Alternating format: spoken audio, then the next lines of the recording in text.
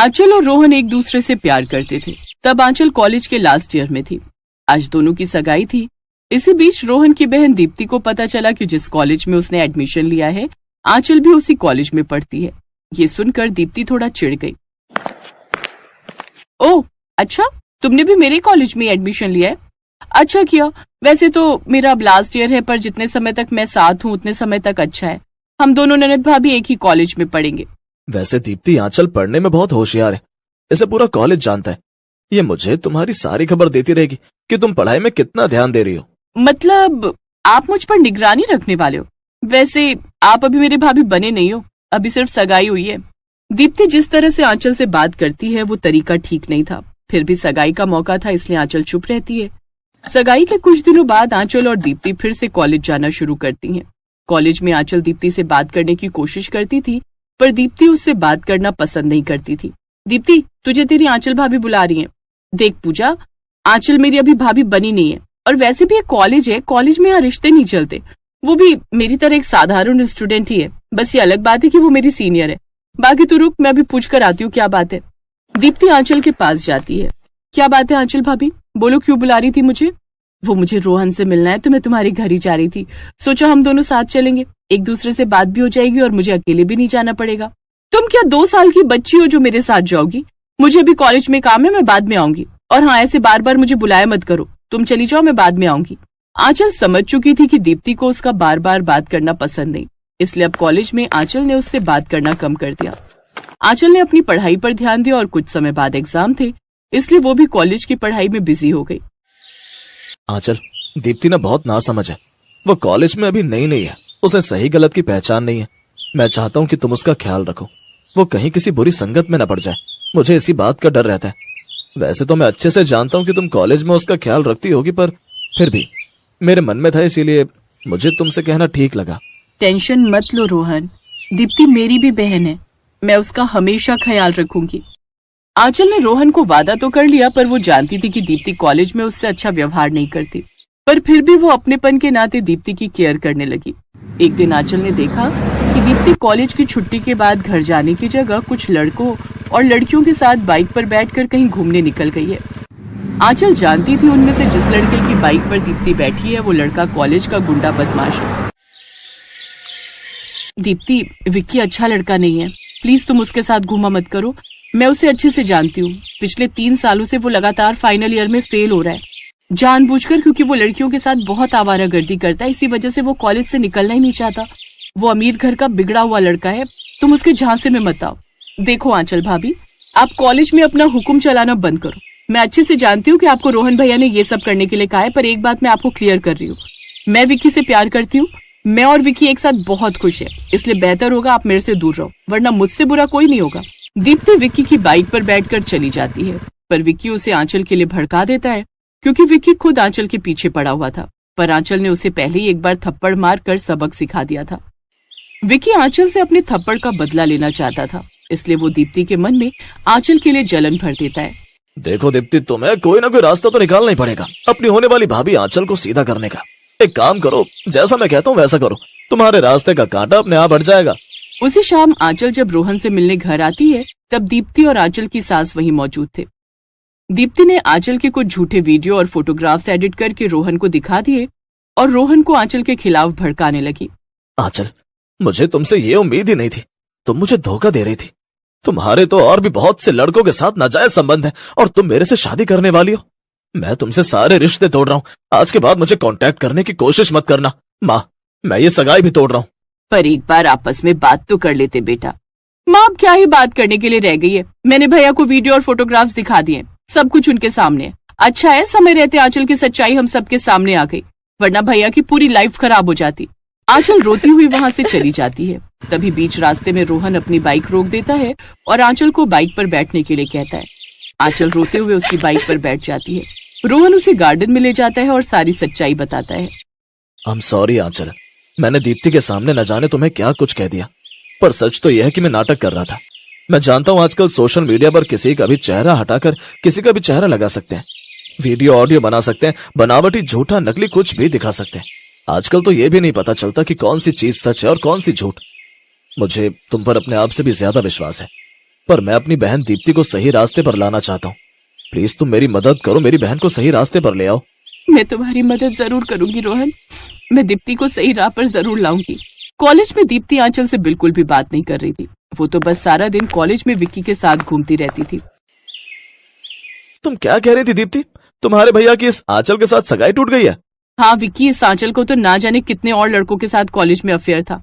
मैंने तो भैया को सारी सच्चाई बता दी। भैया ने भी मेरी बात को माना और इससे रिश्ता तोड़ दिया। अब इसका मेरे से कोई रिश्ता नहीं है। कॉलेज में अब हम ननद भाभी नहीं है। ये मेरी कुछ नहीं लगती। अरे चलो, एग्जाम का टाइम हो रहा है, बेल बज गई है। विक्की, तुम नकल के पेपर लाए हो ना? हाँ हाँ, टेंशन मत लो, मेरे पास सारे क्वेश्चंस के आंसर हैं। मैं तुम्हें सब बता दूंगा। वैसे भी मेरी बहन आकांक्षा भी तुम्हारे साथ ही पेपर दे रही है। मुझे उसे भी नकल के पेपर देने, मैं दोनों को दे दूंगा। दीप्ति विक्की के झांसे में आ जाती है और पेपर देने के लिए बैठ जाती है। पेपर शुरू हो चुका था। विक्की खिड़की के बाहर से अपनी बहन को नकल के पेपर पकड़ा रहा था। तभी एग्जाम टीचर की नजर विक्की की बहन पर पड़ जाती है। वो घबरा जाती है। भैया, सर ने मुझे देख लिया, अब क्या करूं? एक काम कर आकांक्षा, तू ये सारे पेपर दीप्ति के टेबल पर रख दे, तू बच जाएगी। आकांक्षा जल्दी से सारे नकल के कागज दीप्ति की टेबल पर रख देती है। दीप्ति को इस बात का पता ही नहीं चलता। इतनी देर में एग्जाम टीचर राउंड लगाते हुए दीप्ति की सीट तक आते हैं और दीप्ति की डेस्क पर नकल के पर्चे देख लेते हैं। सर, मैंने कोई नकल नहीं की। मुझे नहीं पता ये पेपर्स कहाँ से आए। मुझे कुछ नहीं सुनना, सबूत मेरे सामने है। ये पेपर तुम्हारे टेबल से मिले। इसका मतलब यही है कि तुम नकल कर रही थी। अब मैं तुम्हें पेपर नहीं देने दूंगा। दीप्ति रोने लगती है। तभी आंचल आ जाती है। आंचल वहाँ की बहुत ब्राइट स्टूडेंट थी। सभी टीचर्स भी उसकी बहुत प्रशंसा करते थे। सर, दीप्ति बिल्कुल ठीक कह रही है। ये नकल के पेपर दीप्ति के नहीं है, बल्कि विक्की की बहन आकांक्षा के हैं। आकांक्षा ने डर कर ये सारे पेपर दीप्ति की टेबल पर रख दिए थे। आप सीसीटीवी कैमरा की फुटेज में देख सकते हैं। आपको सबूत मिल जाएगा। ठीक है आंचल, मैं तुम्हारी बात पर यकीन करता हूँ, क्योंकि तुम हमारे कॉलेज की बहुत होनहार स्टूडेंट हो। तुम कभी गलत नहीं हो सकती। हम इस बात की जांच पड़ताल जरूर करेंगे, लेकिन तब तक दीप्ति ये पेपर नहीं दे सकती। सीसीटीवी फुटेज में सारी सच्चाई आ जाती है। विक्की को कॉलेज से निकाल देते हैं और उसकी बहन आकांक्षा को पेपर देने से रोक देते हैं। दीप्ति को अपनी गलती का एहसास होता है। आज आंचल ने ही उसका करियर बर्बाद होने से बचा लिया। आंचल अपना वादा पूरा करती है। रोहन और उसकी मम्मी भी आंचल के ऊपर बहुत गर्व करते हैं। अब दीप्ति के मन में भी अपनी भाभी आंचल के लिए कोई कड़वाहट नहीं थी।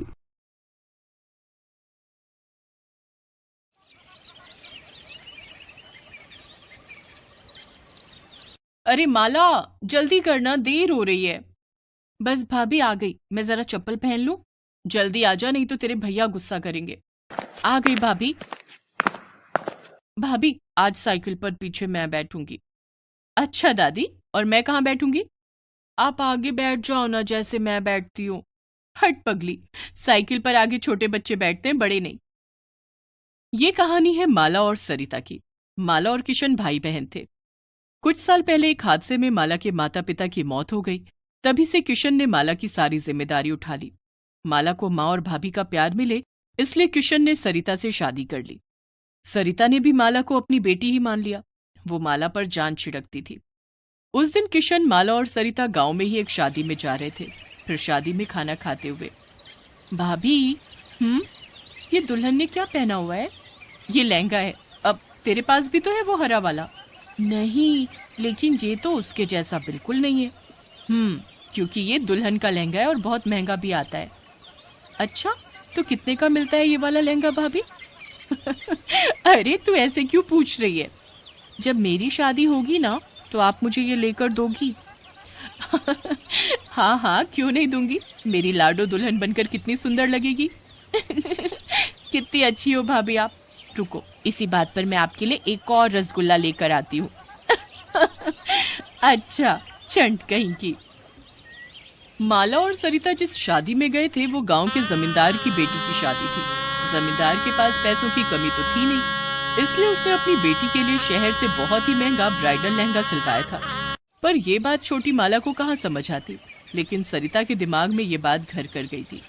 घर लौटते हुए साइकिल के आगे बैठी माला अपने भैया के साथ ढेर सारी बातें करती रही और साइकिल पर पीछे बैठी सरिता बस यही हिसाब लगा रही थी कि उसे हर महीने कितने पैसे जोड़ने होंगे ताकि माला की शादी तक वो उसके लिए एक अच्छा लहंगा खरीद सके। वक्त गुजरता गया और फिर एक दिन, डॉक्टर साहब, वो ठीक तो है ना? इन्हें सांप ने काटा है, जहर काफी फैल गया है।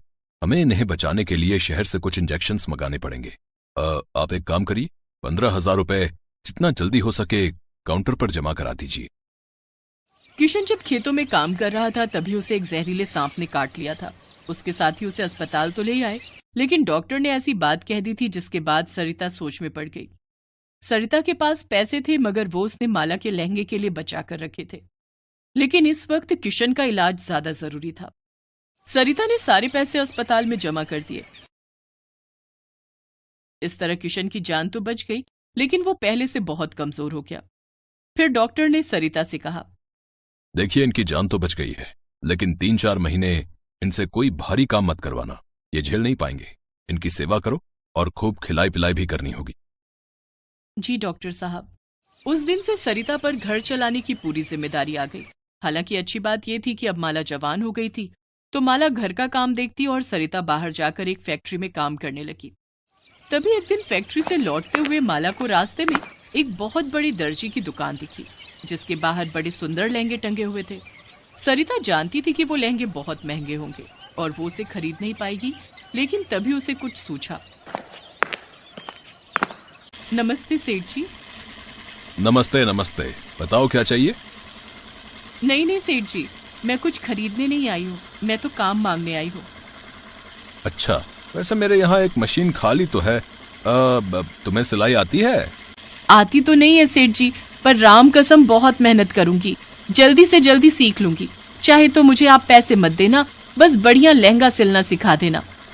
सरिता की आंखों में सच्चाई देखकर सेठ ने उसे काम पर रख लिया। अगले ही दिन से सरिता उस दुकान के काबिल दर्जियों से सिलाई सीखने लगी। वो सिलाई के काम के साथ साथ दुकान की साफ सफाई भी करती। उसकी मेहनत से सेठ बहुत खुश था। फिर ठीक 1 महीने बाद, हाँ भाई सरिता, कुछ सीखा तुमने? आज 1 महीना हो गया तुम्हें। जी सेठ जी, देखिए ये मैंने सिला है। सरिता के हाथों में एक बहुत ही प्यारा लहंगा था। उस लहंगे को देखकर सेठ बहुत खुश हुआ और फिर कुछ सोचकर बोला, सरिता ये तो बहुत बढ़िया है, मगर इसमें कढ़ाई का काम थोड़ा कम होना चाहिए था। उससे क्या होता है कि एक तो तुम्हारी मेहनत भी कम लगती और हम इसे थोड़ा सस्ता भी बेच सकते थे, और दूसरी बात की डिजाइन भी खिल कर आता। जी, मैं आगे से ध्यान रखूंगी। ऐसे ही मेहनत करती रहो, और ये लो तुम्हारी पहली पगार। इतना कहकर सेठ ने सरिता के हाथों में 10,000 रुपए रख दिए। सरिता को इसकी उम्मीद नहीं थी। उसने फौरन घर के लिए ढेर सारा राशन खरीद लिया। इधर किशन भी अब ठीक हो चुका था और अपने काम पर भी जाने लगा। इस बीच माला की शादी तय हो गई, लेकिन माला जानती थी कि उसके भाई भाभी कितनी मुश्किलों से घर का खर्च चला रहे थे। उसकी बचपन से बस एक ही ख्वाहिश थी कि वो अपनी शादी में बढ़िया लहंगा पहने, लेकिन बचपन की जिद को जवानी की समझदारी ने दबा दिया। उसने अपना मन मार लिया और किसी से कुछ नहीं कहा। ऐसे ही कुछ और वक्त बीता और फिर माला की शादी का दिन भी आ गया। माला, माला, दरवाजा खोल जल्दी। जी भाभी।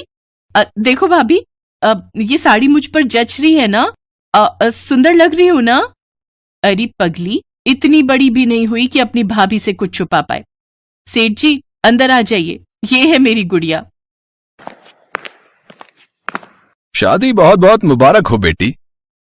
शुक्रिया सेठ जी। खुश रहो, और ये लो, ये तुम्हारी भाभी की तरफ से तुम्हारे लिए तोहफा। माला ने फौरन उस थैले को खोला तो उसमें बहुत ही खूबसूरत लहंगा था। माला कुछ न कह सकी, वो बस सरिता की तरफ देखकर रोई जा रही थी। और फिर, तुम्हें पता है बेटी, तुम शादी में बढ़िया लहंगा पहन सको, इसके लिए तुम्हारी भाभी ने मेरी दुकान पर काम करना शुरू किया। दिन रात सिलाई का काम सीखा, और फिर हर रोज थोड़ा थोड़ा करके इसने अपने हाथों से तुम्हारे लिए ये लहंगा सिला है। पर सेठ जी, आपके बिना ये मुमकिन ना हो पाता। अरे मैंने तो सिर्फ तुम्हें कपड़ा दिया, लेकिन तुमने अपना सब कुछ दे दिया इसमें। ये लहंगा सच में अनमोल है। मुझे नहीं पता कि इस गांव में इतना महंगा लहंगा आज तक किसी दुल्हन ने पहना है कि नहीं। नहीं पहना होगा सेठ जी, क्योंकि किसी भी दुल्हन के पास इतना प्यार करने वाली माँ जैसी भाभी थोड़ी ही होगी। भाभी,